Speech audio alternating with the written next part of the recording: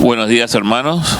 Quiero darles la bienvenida en el día de hoy, pero primero quiero decirles que aunque los domingos no estamos teniendo servicios todos juntos en vivo, quiero recordarles que la iglesia está abierta. El pastor viene a la iglesia todos los días. En el caso de necesitar hablar con él, pueden comunicarse con él por teléfono, o si no, pueden mandarnos un mensaje por la página de Facebook de la iglesia. OCPC, Ministerio Hispano. Bueno, quiero dar unos anuncios. Primero, las mujeres todos los lunes a las 6:30 de la tarde se están encontrando vía Zoom para tener su estudio bíblico. Los miércoles toda la congregación a las 7:30 de la tarde se están encontrando también por medio de Zoom para tener el estudio bíblico y nuestra reunión de oración.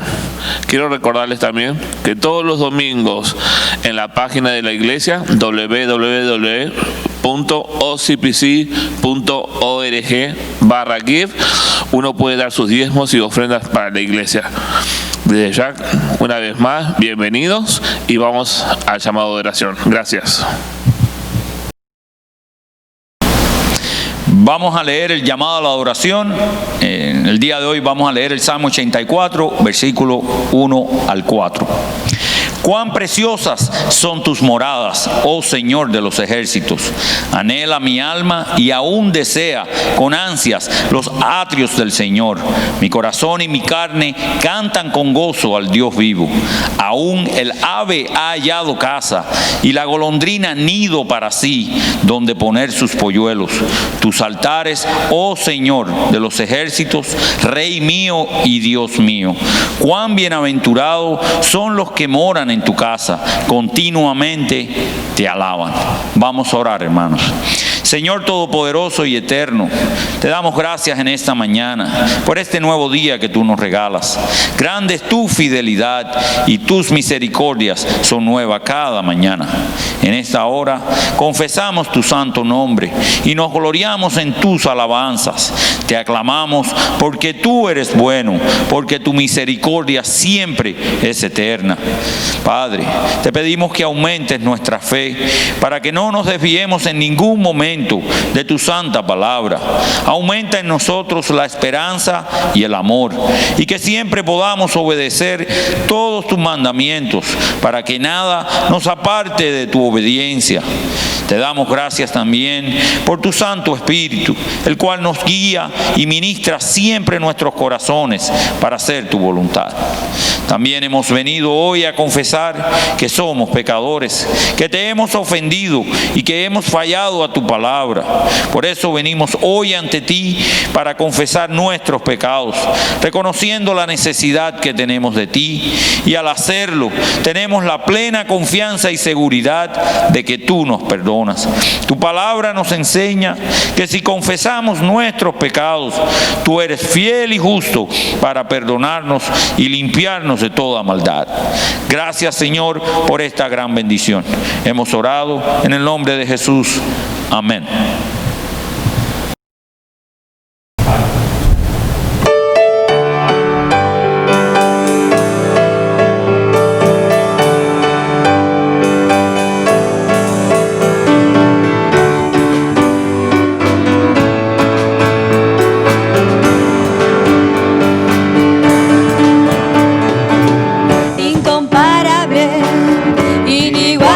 Su amor y me rodea, tú me abrazaste, me sonreíste, Señor, en mi pecado, tu amor me alimenta, tu amor me sustenta.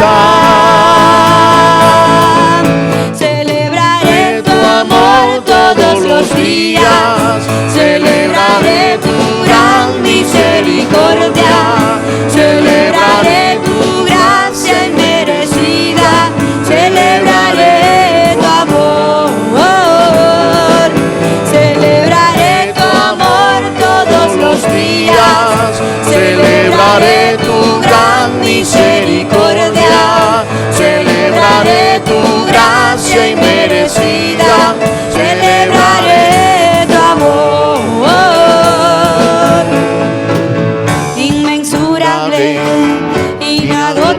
es tu amor y nunca cambia. Estás conmigo y no me puedo escapar, aunque lo intente. Tu amor es eterno, tu amor es perfecto. Celebraré tu amor todos los días, celebraré tu gran misericordia, celebraré tu gracia inmerecida, celebraré tu amor, celebraré tu amor todos los días, celebraré tu gran misericordia, celebraré tu gracia inmerecida, celebraré tu amor, celebraré tu amor, celebraré.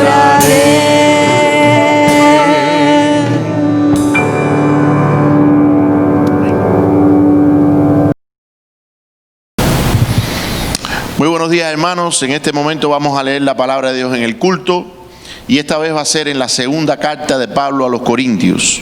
El texto va a aparecer aquí delante, como siempre, y dice la escritura de esta manera: porque si el ministerio de condenación tiene gloria, mucho más abunda en gloria el ministerio de justicia. Pues en verdad lo que tenía gloria en este caso no tiene gloria por razón de la gloria que lo sobrepasa. Porque si lo que se desvanece fue con gloria, mucho más es con gloria lo que permanece. Teniendo, por tanto, tal esperanza, hablamos con mucha franqueza. Y no somos como Moisés, que ponía un velo sobre su rostro para que los hijos de Israel no fijaran su vista en él, fin de aquello que había de desvanecerse. Pero el entendimiento de ellos se endureció, porque hasta el día de hoy, en la lectura del antiguo pacto, el mismo velo permanece sin alzarse, pues solo en Cristo es quitado. Y hasta el día de hoy, cada vez que se lee a Moisés, un velo está puesto sobre sus corazones. Pero cuando alguno se vuelve al Señor, el velo es quitado. Ahora bien, el Señor es el Espíritu, y donde está el Espíritu del Señor, hay libertad. Pero nosotros todos, con el rostro descubierto, contemplando como en un espejo la gloria del Señor, estamos siendo transformados en la misma imagen de gloria en gloria, como por el Señor, el Espíritu. Es palabra de Dios.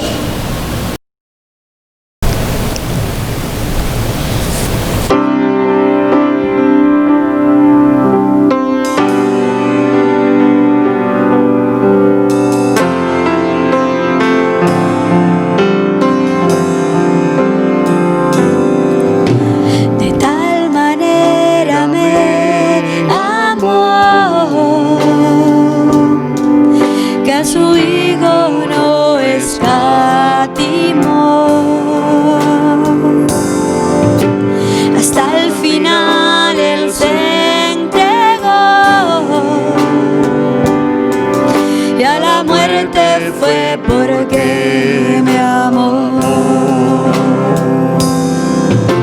De tal manera me amó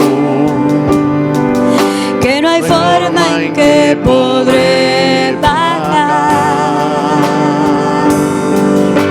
el precio de su grande amor. Pero toda mi alma quiero dar. Por su amor yo viviré, de su amor yo cantaré, con mi Jesús caminaré, pues Él murió por mí.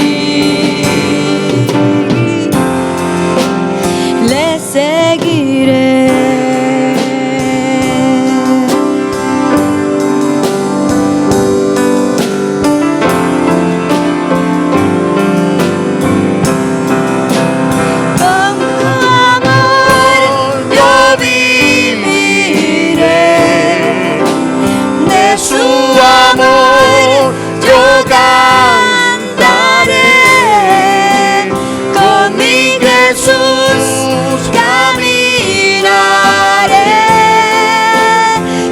pues Él murió por mí.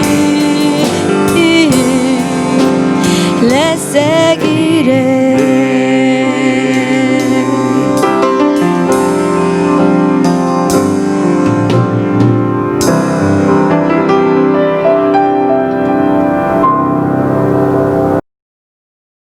Hemos llegado al momento de la predicación de la palabra de Dios, pero antes de comenzar con el mensaje, voy a pedirles a ustedes que me acompañen orando para poner este tiempo en manos de nuestro Dios, para que Él bendiga la predicación de su palabra. Vamos a orar, hermanos.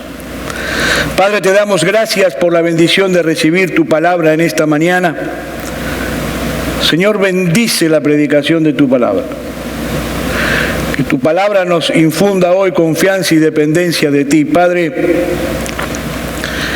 abre nuestras mentes y prepara nuestros corazones para recibir tu palabra con gozo y con reverencia. Señor, que tu mensaje sea traducido en acciones durante toda la semana para tu gloria y para tu honra. Que tu Espíritu ilumine nuestras mentes en el conocimiento de tu obra a través de nuestro Señor y Salvador Jesucristo. Padre, suple las debilidades que pueda llegar a haber en el predicador, para que entonces al final de este servicio la gloria y la honra sean para ti, porque a ti pertenecen. Gracias por tu palabra, Señor, que es vida y que es luz. Ilumínanos para entender y capacítanos para vivir. Oramos en el nombre y en la autoridad de nuestro Señor Jesucristo. Amén. Le pido que me acompañen en sus Biblias a 2 de Corintios capítulo 4, versículo 3 al 6. Dice así la palabra de Dios: y si todavía nuestro evangelio está velado, para los que se pierden está velado, en los cuales el Dios de este mundo ha cegado el entendimiento de los incrédulos, para que no vean el resplandor del evangelio de la gloria de Cristo, que es la imagen de Dios.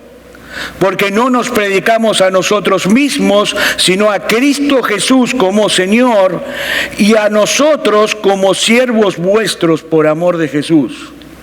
Pues Dios, que dijo que de las tinieblas resplandecería la luz, es el que ha resplandecido en nuestros corazones para iluminación del conocimiento de la gloria de Dios en la faz de Jesucristo. Es palabra de Dios.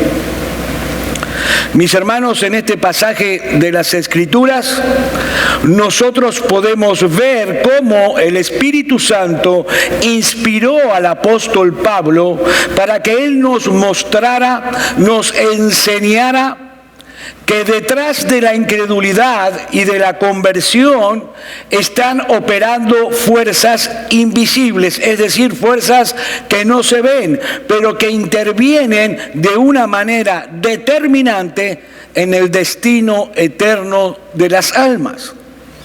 Y eso es lo que quiero que nosotros juntos veamos en esta mañana. La actividad de Satanás cegando a los incrédulos para que no respondan al Evangelio, y por otro lado la actividad de Dios iluminando nuestros ojos para traernos a Cristo. Leamos una vez más los versículos 3 y 4 y veamos entonces en primer lugar la actividad cegadora de Satanás. Y si todavía nuestro evangelio está velado, para los que se pierden está velado, en los cuales el Dios de este mundo ha cegado el entendimiento de los incrédulos, para que no vean el resplandor del evangelio de la gloria de Cristo, que es la imagen de Dios. Mis hermanos, una de las cosas que los incrédulos más resaltan, una de las cosas de las que más se ufanan, es de su supuesta independencia de pensamiento. Ellos dicen ser neutrales, pero lo que Pablo está diciendo en este pasaje que yo acabo de leer es que nadie, absolutamente nadie, es neutral cuando venimos al Evangelio. Mis hermanos, no hay neutralidad en la mente del incrédulo. La realidad es que hay un poder obrando en ellos que los mantiene en tinieblas y en esclavitud. Y Pablo lo define como el Dios de este siglo, refiriéndose obviamente a Satanás. Y es ese poder el que ciega el entendimiento de los incrédulos para que ellos no puedan llegar a ver algo que es evidente en el Evangelio, la gloria de nuestro Señor y Salvador Jesucristo. Tal parece algunas personas en la ciudad de Corinto estaban poniendo en tela de juicio el ministerio de Pablo. Y uno de los argumentos que ellos esgrimían, el más fuerte de todos, era que su predicación debería producir más frutos visibles. Es decir, ellos estaban sugiriendo que Pablo tenía que cambiar su estilo de predicación para atraer a más personas a la iglesia. Pero Pablo sabía perfectamente que el verdadero problema no se encontraba en su predicación. El verdadero problema se encontraba en el corazón de las personas y en la operación del diablo en ese corazón. Ahora, algo muy importante que debemos aclarar para que no se malinterprete lo que estoy diciendo. Pablo no está diciendo aquí, hermanos, que Satanás enceguece el entendimiento de buenas personas, forzándolas contra su voluntad para que no se conviertan. No, no es lo que Pablo está diciendo, porque si dijera eso, estaría convirtiendo al incrédulo en una víctima de Satanás, y no lo es. Lo que Pablo está diciendo en realidad es que Satanás opera en el corazón de todos aquellos que han decidido de forma voluntaria ir en contra de toda evidencia para poder continuar entonces viviendo en su incredulidad. ¿Se entiende? Dice nuestro texto que Satanás enceguece el entendimiento de ¿quiénes? De los incrédulos. Es decir, ellos ya son incrédulos por decisión propia, han decidido ser incrédulos, y Satanás lo que hace es hacer todo lo posible para que ellos se mantengan en esa condición. Pero los incrédulos son completamente responsables de su incredulidad. Vayamos por un momento al libro de los Efesios, al capítulo 4, y veamos cómo Pablo define a los incrédulos. Es versículos 17 y 18 de Efesios 4. Esto digo pues y afirmo juntamente con el Señor, que ya no andéis así como andan también los gentiles, en la vanidad de su mente, entenebrecidos en su entendimiento, excluidos de la vida de Dios. ¿Por causa de qué? De la ignorancia que hay en ellos por la dureza de su corazón. Lo primero que Pablo nos dice aquí en estos dos versículos es que los incrédulos tienen una mente vana.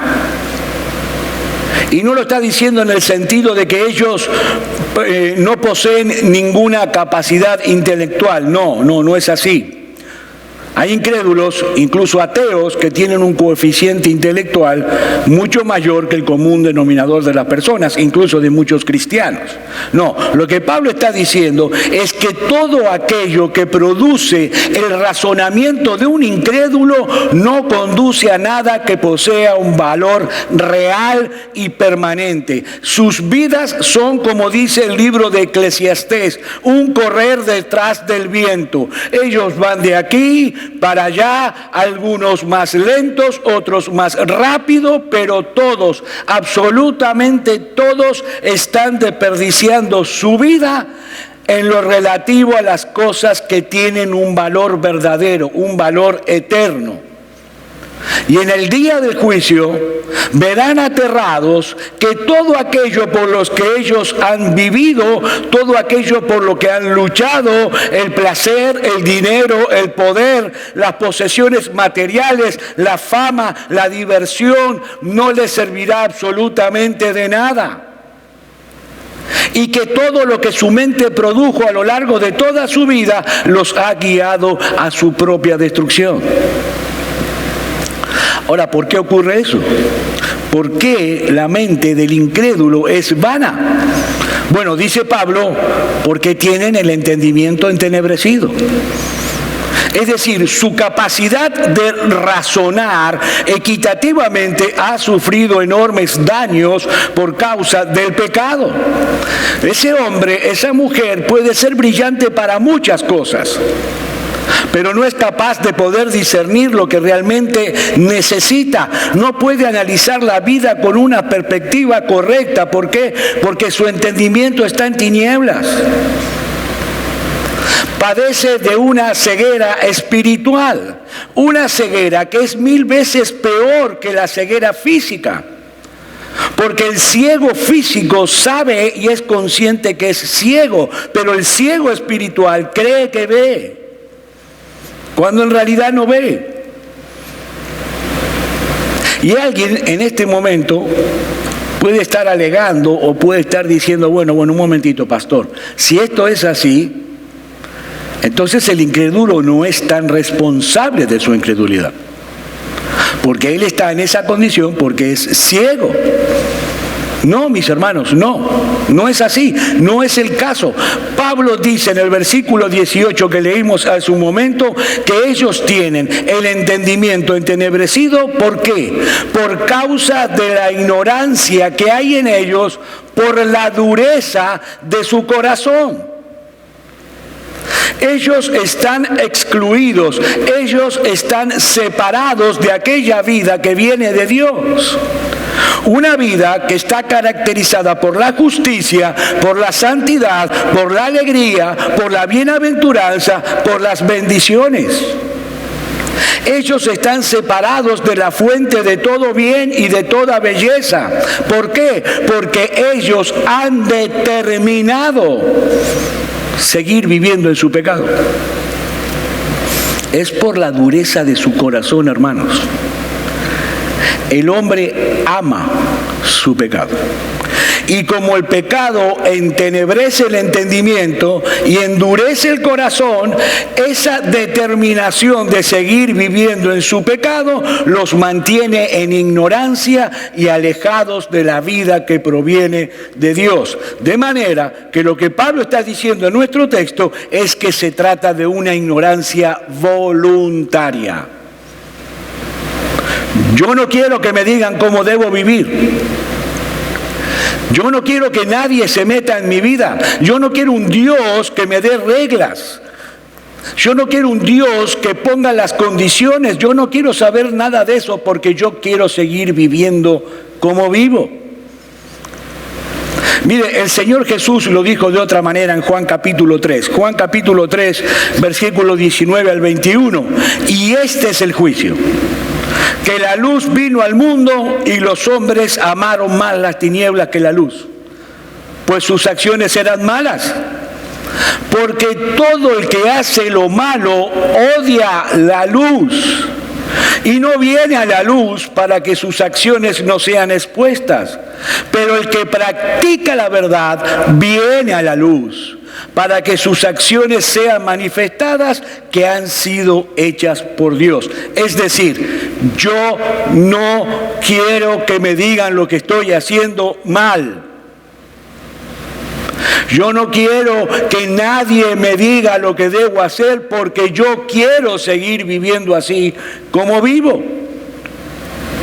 Mis hermanos, ese es el gran problema del ser humano. Y sí, los incrédulos plantean muchas excusas para no creerle a Dios.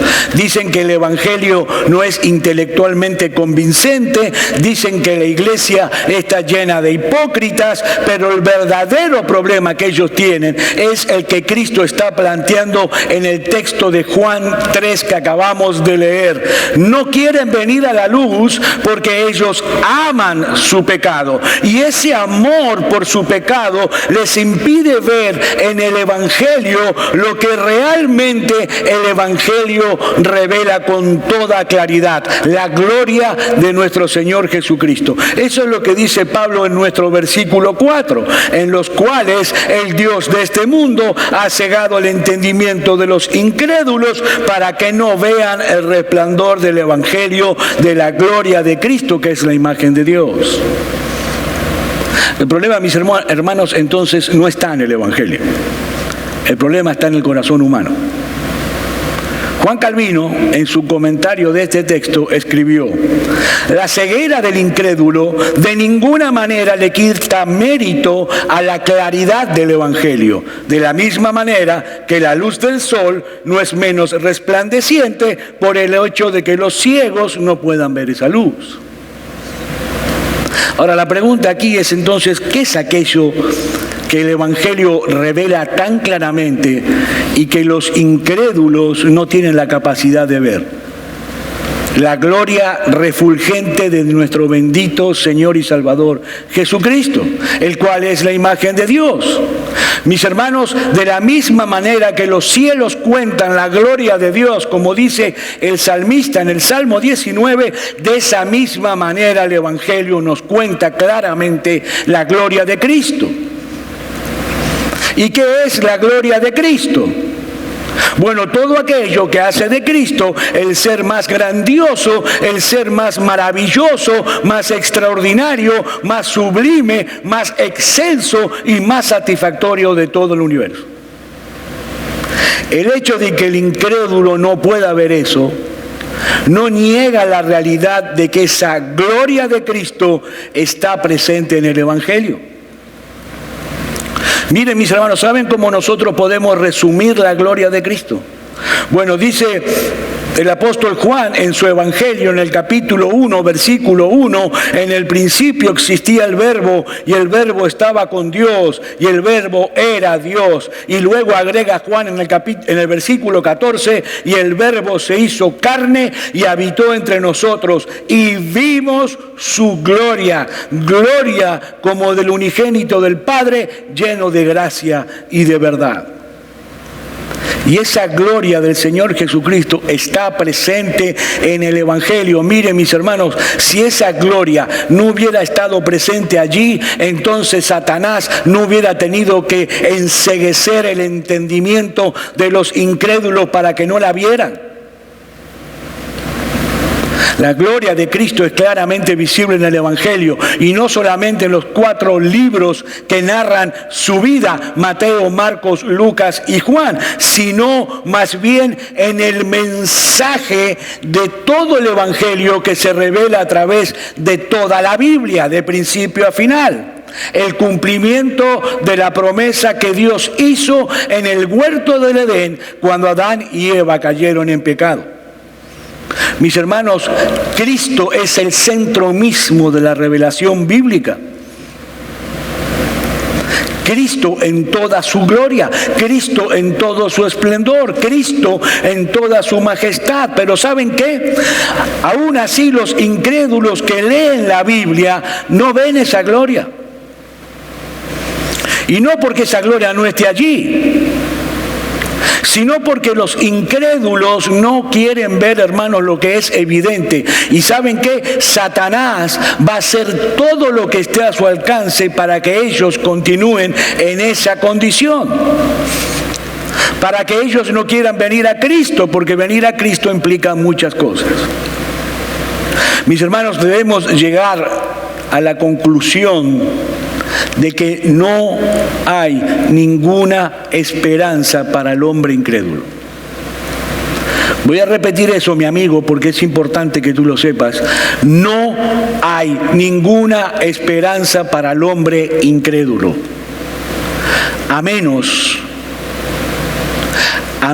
que intervenga un poder superior que lo libere de esa esclavitud que ellos tienen a sus propios ídolos, y que les abra los ojos del entendimiento de tal manera que ellos puedan ver a Cristo con los ojos de la fe, tal como Él es presentado en el Evangelio. Esa es la única esperanza. Y allí precisamente es donde entra en juego el poder de Dios. Ya hemos visto en primer lugar la actividad enceguecedora de Satanás. Veamos en segundo lugar la actividad iluminadora de Dios, versículos 5 y 6. porque no nos predicamos a nosotros mismos, sino a Cristo Jesús como Señor, y a nosotros como siervos vuestros por amor de Jesús. Porque Dios, que dijo que de las tinieblas resplandecería la luz, es el que ha resplandecido en nuestros corazones para iluminación del conocimiento de la gloria de Dios en la faz de Jesucristo. Y para entender mejor lo que Pablo está diciendo en estos versículos, debemos volver un poco hacia atrás, hacia el capítulo 3 de Segunda de Corintios. Más precisamente al pasaje que el hermano Felipe leyó hace unos momentos. Dice 2 de Corintios 3, versículo 13 al 16, y no somos como Moisés, que ponía un velo sobre su rostro para que los hijos de Israel no fijaran la vista en el fin de aquello que había de desvanecerse. Pero el entendimiento de ellos se endureció. Porque hasta el día de hoy, en la lectura del Antiguo Pacto, el mismo velo permanece sin alzarse, pues solo en Cristo es quitado. Y hasta el día de hoy, cada vez que se lea Moisés, un velo está puesto sobre sus corazones. Pero cuando alguno se vuelve al Señor, el velo es quitado. Vamos a explicar esto. Todos sabemos o recordamos de nuestra lectura de la Biblia que cuando Moisés subió al monte Sinaí por 40 días, estuvo aislado para recibir la piedra con la ley, con los 10 mandamientos. Como él estuvo en contacto solo con el reflejo de la gloria de Dios, al descender su rostro resplandecía de tal manera que causó pánico entre los israelitas, y él tuvo que colocarse un velo que tapara su rostro.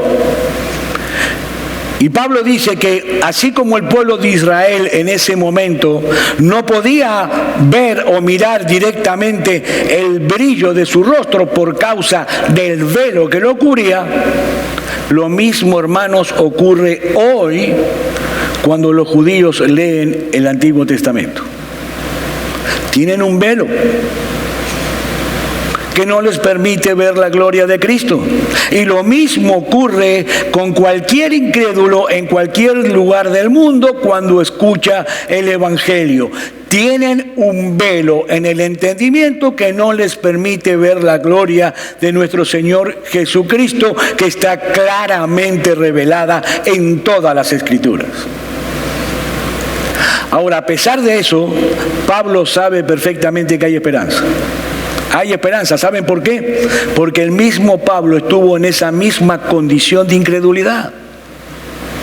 Hermanos, Pablo era uno de esos judíos que iba todos los sábados a la sinagoga a escuchar cómo se leían porciones del Antiguo Testamento, y en vez de ver allí la gloria de Cristo, Pablo se llenaba de ira, se llenaba de odio, se llenaba de rencor, de rabia contra Cristo y contra su iglesia.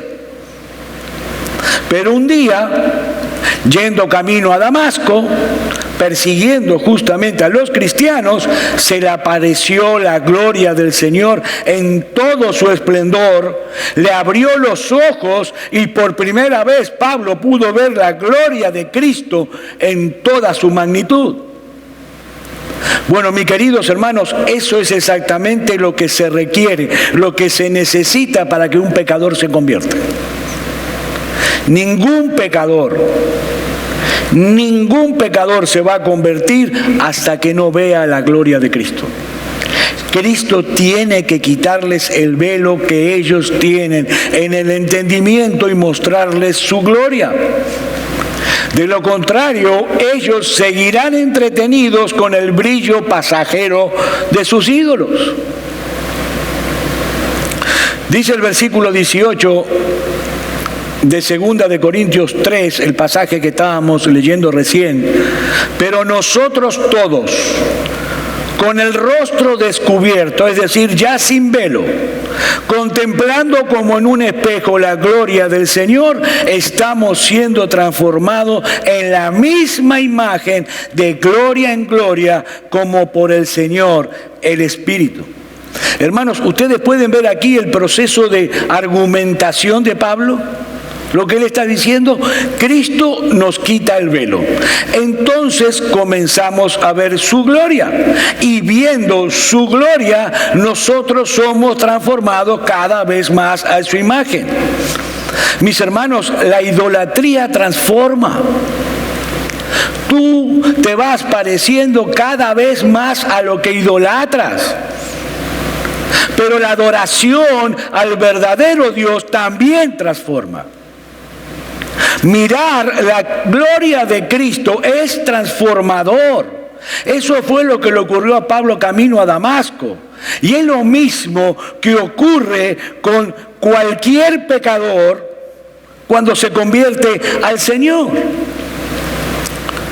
La diferencia es que hoy en día no es necesario pasar por esa experiencia extraordinaria que Pablo pasó. Es decir, mi hermano, no esperes tú mañana, amigo mío, que tú camino a tu trabajo, en el Palmetto o en el Turnpike, se te aparezca la gloria de Dios en el camino. O que escuches una voz en la noche que te llama. O como dicen algunos, que Jesucristo se siente a los pies de tu cama y te hable. No, porque eso no va a ocurrir más. Cristo escogió hoy la predicación de la palabra de Dios para hacer eso. Veamos otra vez los versículos 5 al 6. Porque no nos predicamos a nosotros mismos, sino a Cristo Jesús como Señor y a nosotros como siervos vuestros por amor de Jesús. Pues Dios, que dijo que de las tinieblas resplandecería la luz, es el que ha resplandecido en nuestros corazones para iluminación del conocimiento de la gloria de Dios en la faz de Cristo. En otras palabras, así como en el principio de la creación en Génesis capítulo 1, Dios dijo, sea la luz, y la luz fue hecha. Hoy, por medio de la predicación de la palabra, Dios también dice, sea la luz, y repentinamente los pecadores comienzan a ver lo que antes no podían ver, que nuestro Señor Jesucristo posee una gloria incomparable que opaca completamente el brillo de cualquier otra cosa en este mundo. Esa es la razón por la cual Pablo nunca se dejó presionar para cambiar su forma de predicar, porque él sabía que lo único que podía transformar a un pecador es ver con los ojos de la fe la gloria de Cristo, y esa gloria se encuentra absolutamente revelada en el Evangelio. Dice 1 Corintios capítulo 1 versículo 18, porque la palabra de la cruz es necedad para los que se pierden, pero para nosotros los salvos es poder de Dios. Y luego agregan los versículos 21 al 24, porque ya que en la sabiduría de Dios el mundo no conoció a Dios por medio de su propia sabiduría, agradó a Dios mediante la necedad de la predicación salvar a los que creen.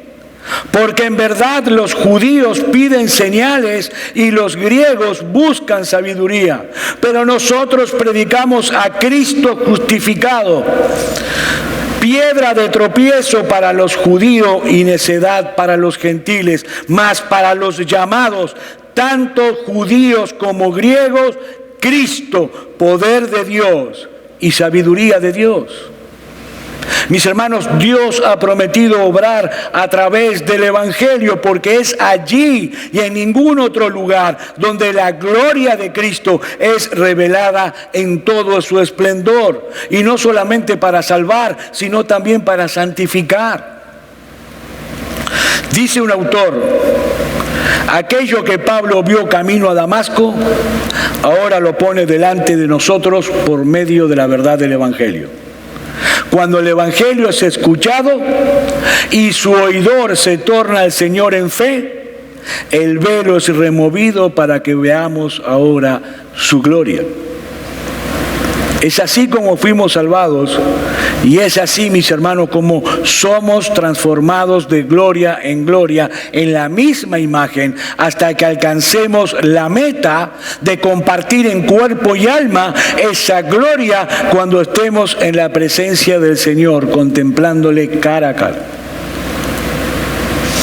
He ahí, mis hermanos, entonces lo que ocurre detrás de la escena de la conversión.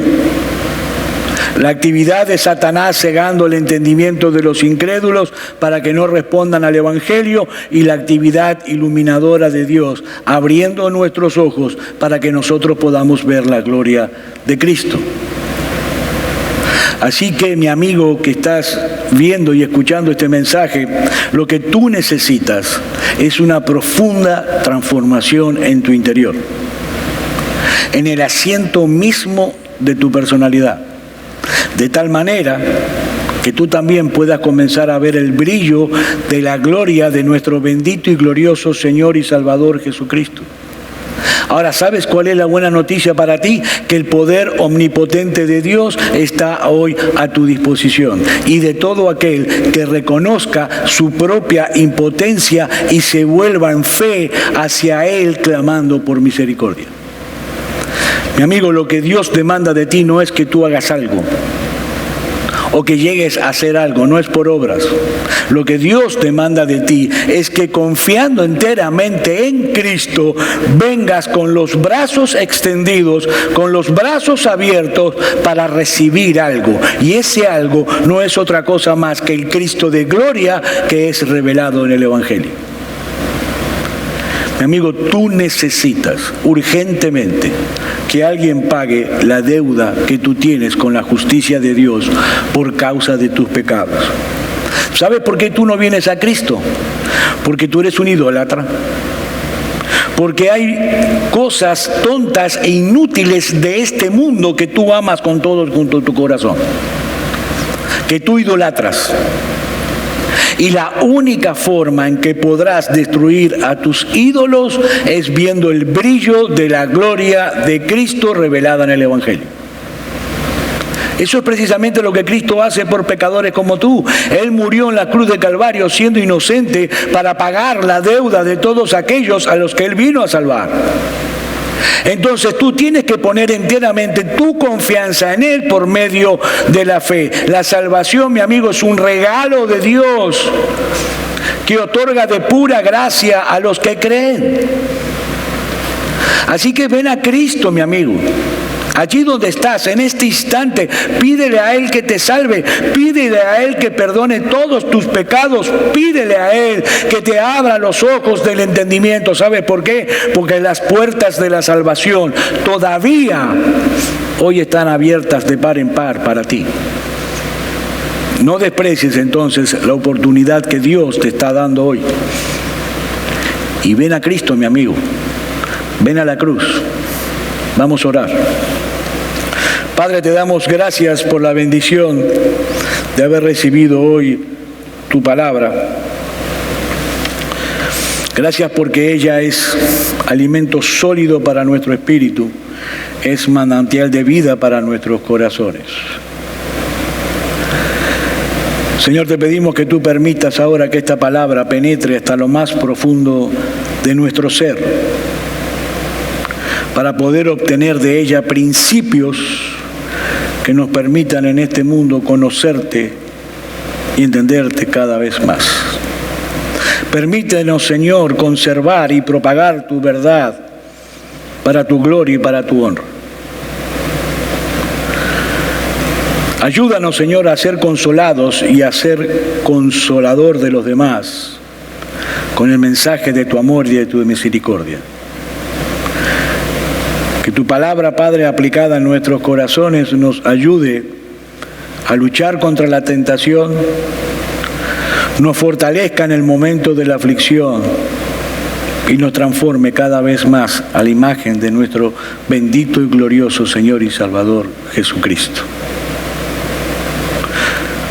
Gracias porque tenemos la absoluta seguridad y la absoluta libertad de llegar delante del trono de la gracia y de presentar en Él nuestras peticiones, nuestras oraciones.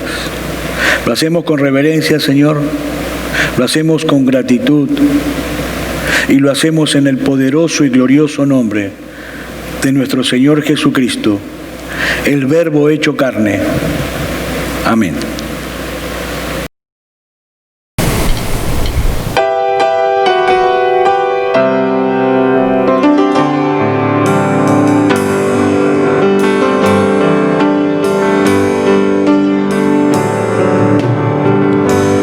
Vengo a ti, Señor, cámbiame, renuévame por la gracia que encontré en ti.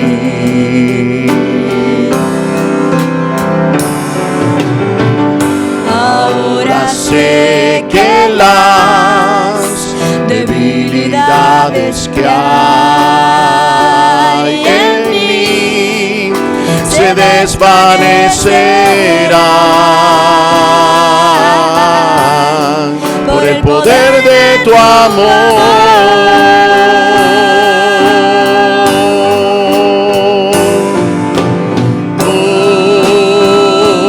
Cúbreme con tu amor, rodéame.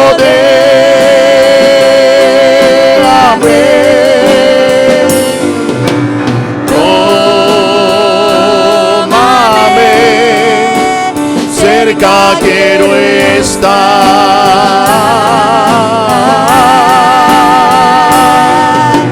Y al esperar nuevas fuerzas yo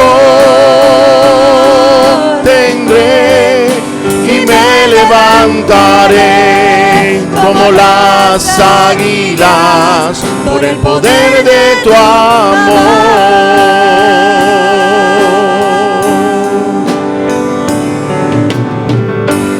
Yo te quiero ver cara a cara, oh Señor, y conocer así más de ti en mí.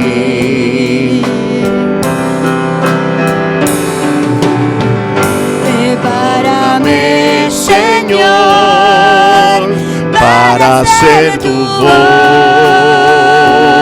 voluntad, viviendo cada día por el poder de tu amor.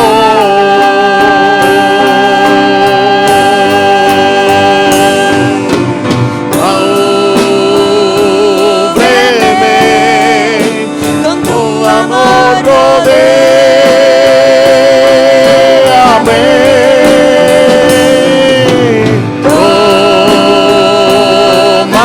Tómame, cerca quiero estar.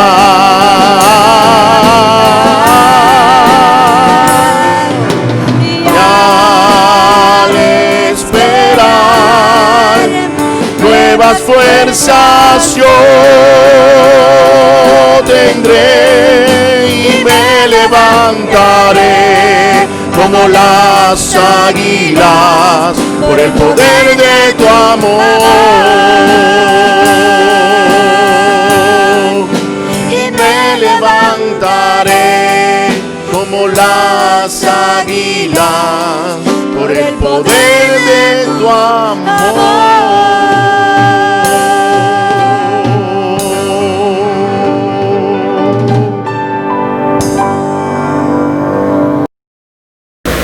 Mis hermanos, reciban ustedes la bendición sacerdotal. El Señor te bendiga y te guarde. El Señor haga resplandecer su rostro sobre ti y tenga de ti misericordia. El Señor alce sobre ti su rostro y te dé paz. Dios los bendiga.